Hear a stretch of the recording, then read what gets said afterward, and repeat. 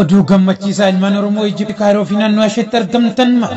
Kitaabni keessan mata dureen gootota shanan gibee jedhu kan Nabaan Shaafiin barreeffame yeroo dheeraaf hawwiin eeggataa ture. Gaara Tulluu galaana qilleensaan osoo hin daangeffamin fageenya qaxxaamuru isin jidduutti argamuun eebbaaf dhiyaatee guyyaa isaa eeggataa jira. Eebba kitaabichaa irratti ilmaan Oromoo marti akka argamtu kabajaaf jaalalaan yoo isiniif ibsinu gammachuu guddaan nutti dhaga'ama.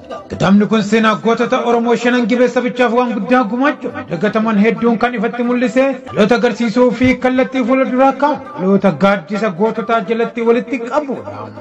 Maal kana godha bakkoota seena qabeeyyii miidhagaa hagardaa hin mul'atin hedduun isee kan wal isin barsiisudha. Maal eebba kitaabaa kana irratti hayyootaa fi artistoota Oromoo bebbeekamoo fi jaallatamoo saba isaanii biratti dhageettii guddaa qaban kanneen akka Abbabaa Dhugaa.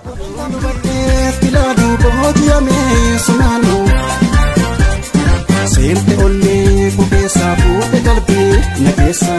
Sagzenu Abbaga. Que faltava machona gote, buntu tashe burtukana gote, sarva she bare da ganga chite, machona gojite na donfate, dalisas nanu fe mata dofta, ingadas nanu fe mata dofta, atenyu jarante kana bonta, atenyu jarante kana bonta. Kadir Say yookaan Oromiyaa biyya soomsuu biyya tokko siif jedhee abatu lukkuntoo. Gaaddisee Shamsi. Siyaada halkanii bareedaa. Morkam gammachuu kan Soore Meetii Jama.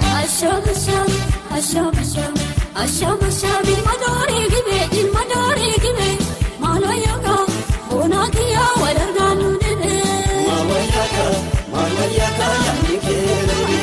Fatihaja. Yaa biyya tuubarii Oromiyaati walgeetu lafa keessa. Haw Ramadan Abdii Koomiya. Bidda jaalalaa na shidde yeessa taanaan na bootte. Kutaanaa fi sarteen isin bashannansiisuu fi qophii xumuranii jiru. Beellamni keenya gaafa guyyaa Desembarii 30 bara 2020 ta'u bakki argama galmaa moom odeeffannoo dabalataatiif lakkoofsa bilbilaa duwwaa 1147737422 heloonuun jechuudha dandeesse. Kottaa waliin bashannanaa eebba kitaabaa keenya irratti argamaa siniin jenna. Koree qindeessituu eebba gootota shanan gibee.